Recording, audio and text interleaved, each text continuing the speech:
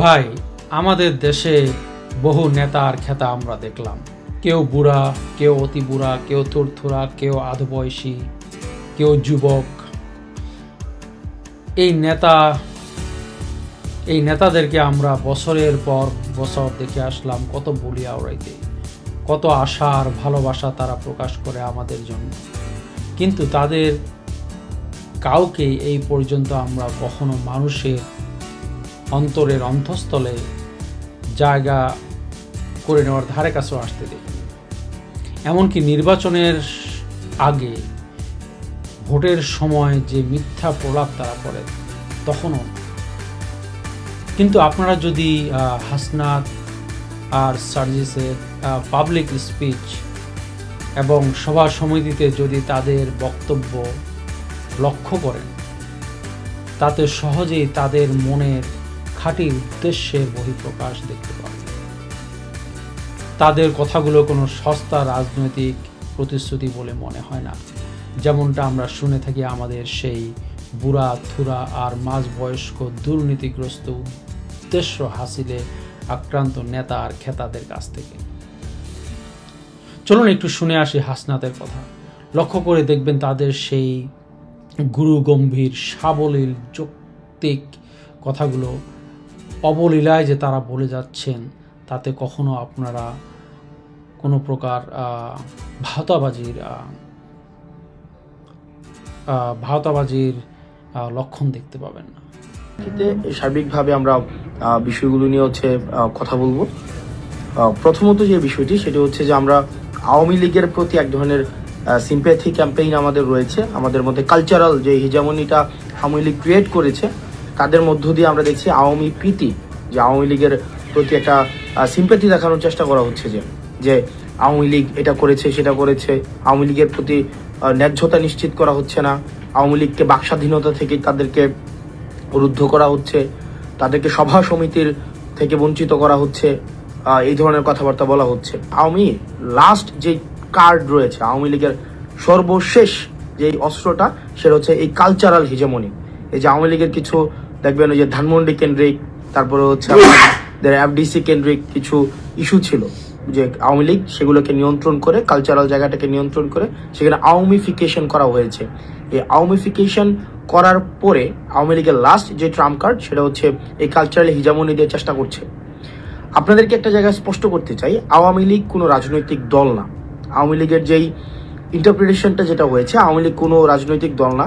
আওয়ামী লীগ হচ্ছে একটা ফেসিবাদী শক্তি। আওয়ামী লীগ একটা জনবিবর্জিত একটা দলে সেখানে পরিণত হয়েছে। আমরা পোস্ট আওয়ামী সিচুয়েশন এখন রয়েছে।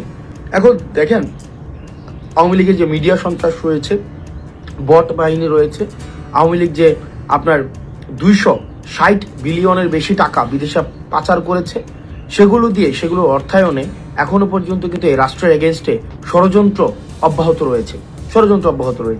এবার আমরা যারা নির্যাতিত, এই নির্যাতিতর আমব্রেলাতে কারা কারা রয়েছে?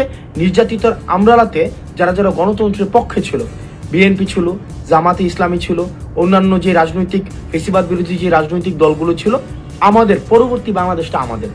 এখন এই আমাদের বাংলাদেশে আমাদের মধ্যে গণতান্ত্রিক সৌন্দর্য, আমাদের মধ্যে মত পার্থক্য থাকবে, এক বিষয়ে সবাই একমত হব, এটাও একটা ফেসিবাদী চরিত্র, যে সব বিষয়ে আমাদের একমত হইতে হবে। আমার অনেক কিছুই বিএনপির মতামতের সাথে আমার অনেক কিছুই মিলবে না, আমার অনেক কিছুই জামাতে ইসলামের সাথে মতামতের সাথে মিলবে না। একই বিষয় আমার সাথেও তাদের অনেক কিছুই মিলবে না। কিন্তু বিষয়টা ওই বাংলাদেশ থেকে আমরা উত্তরণ ঘটিয়েছি। যদি আমার সাথে মতামতের না মিলে বিএনপি থেকে আমাকে উঠিয়ে নিয়ে যাওয়া হবে, জামাতে ইসলাম থেকে আমাকে উঠিয়ে নিয়ে যাওয়া হবে, ওই যে বাংলাদেশটা ছিল, ওই চরিত্রের বাংলাদেশ থেকে এই চরিত্র আমরা উত্তরণ ঘটিয়েছি। এবং যারা আমরা রয়েছেন এবং পুলিশ প্রশাসনে রয়েছেন, আপনাদেরকে একটা বিষয়ে সতর্ক করতে চাই এবং এর সাথে অনুরোধ করতে চাই। আপনাদের প্রচলিত যে আওয়ামী লীগীয় যে কালচার ছিল, চেষ্টা, তদবির, দুর্নীতি, গুম, খুন, হত্যা, নিপীড়নে, সেখানে আপনাদেরকে স্ট্রেফ একজন হাতিয়ার হিসেবে ব্যবহার করা হয়েছে। এই জিনিসটা বুঝুন।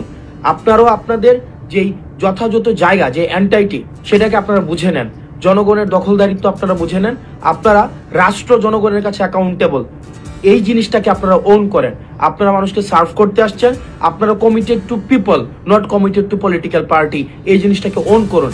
আদারওয়াইজ ধানমন্ডি 32-এ যেটা হয়েছে, জনগণ এই জনগণ এবং নাগরিক সবচেয়ে শক্তিশালী। রাষ্ট্রের কোনো এজেন্সি, ডিজিএফআই বলেন, আর্মি বলেন, সেনাবাহিনী বলেন, হাসিনা বলেন, গণভবন বলেন, জনগণ থেকে বেশি শক্তিশালী হয়ে কেউ উঠতে পারবে না। জনগণ, জনরোষ থেকে কেউ বাঁচতে পারবে না।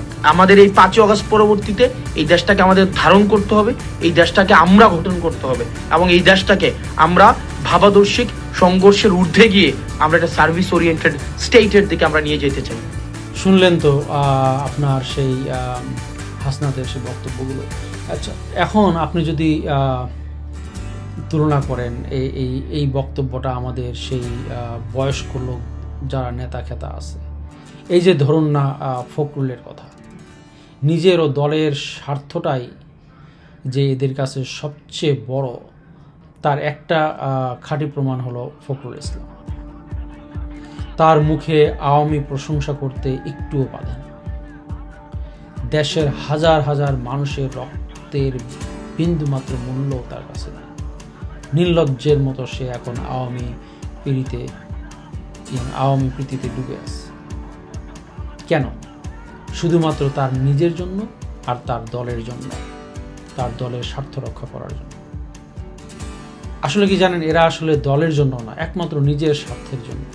নিজের স্বার্থে ব্যাঘাত করলে এরা দল এদের কাছে কিছুই না। দল মুহূর্তের মধ্যে দলকে এরা ছেড়ে দিতে বিন্দুমাত্র দ্বিধাবোধ করবে না। যাক, ফিরে আসি হাসনাত আর সার্জিসের কথা। আচ্ছা, আপনারা একটা কথা চিন্তা করেন, আমরা এখন দেখছি একটা অভ্যুত্থান হয়ে গেল, হাসিনা পালাইলো, তার সাঙ্গপাঙ্গ দুর্নীতিগ্রস্ত নেতারাও পালাইলো, আর এখন আমরা একটা স্বাধীন দেশ ফিরে পাই। কিন্তু একবার চিন্তা করেন, কি পরিমাণ দুর্দান্ত সাহস থাকলে ওই সময়টায় আওয়ামী নিষ্ঠুর কাফেরদের বিরুদ্ধে প্রকাশ্যে কঠোর আন্দোলন চালিয়ে যেতে পিছপা হয়। আর শুধু সাহস না, তাদের দেশব্যাপী সমন্বয়করণ ক্ষমতাটা ছিল অতুলনীয়, যা বড় দলগুলো করতে পারেনি গত 15 বছরে। তারপর দেখেন তাদের কথা বলার ধরন, বুক উজাড় করা রক্তময়ী ভাষণ, যা দেশের আপামর জনগণের মস্তিষ্ক আর হৃদয়ে একসাথে এক নিবিড় যোগাযোগের সৃষ্টি করেছিল। লক্ষ্য করেন বিভিন্ন টিভি চ্যানেলগুলোতে তাদের সাক্ষাৎকার, সবসময় গুরুগম্ভীর্য, অর্থপূর্ণ, কমন সেন্স আলোচনা, কোনো বাহুল্যতা বা অপরিপক্ক কথা শুনতে পাবেন না, যা অনেক সময় শোনা যায় আমাদের সেই বুড়া থুরা আর দুর্নীতিগ্রস্ত মধ্যবয়সী অকেজো রাজনৈতিক নেতাদের কাছ থেকে, যা শুনলে অনেক সময় নিজেদের কাছেই লজ্জা লাগে। চিন্তা করেন, এই বয়সেই তাদের অর্জন যদি হয় এত বিশাল, তাদের কথা বলার ধরন আর চিন্তা ভাবনা যদি হয় এত উচ্চমানের, যা মানুষকে সক্রিয়ভাবে প্রভাবিত করে, তাহলে নিশ্চিত করে বলা যায় তারাই হয়ে উঠতে পারে বাংলাদেশের আপামর জনসাধারণের জন্য নিঃস্বার্থ অবিসংবাদিত নেতা। ধন্যবাদ, ভালো থাকবেন সবাই।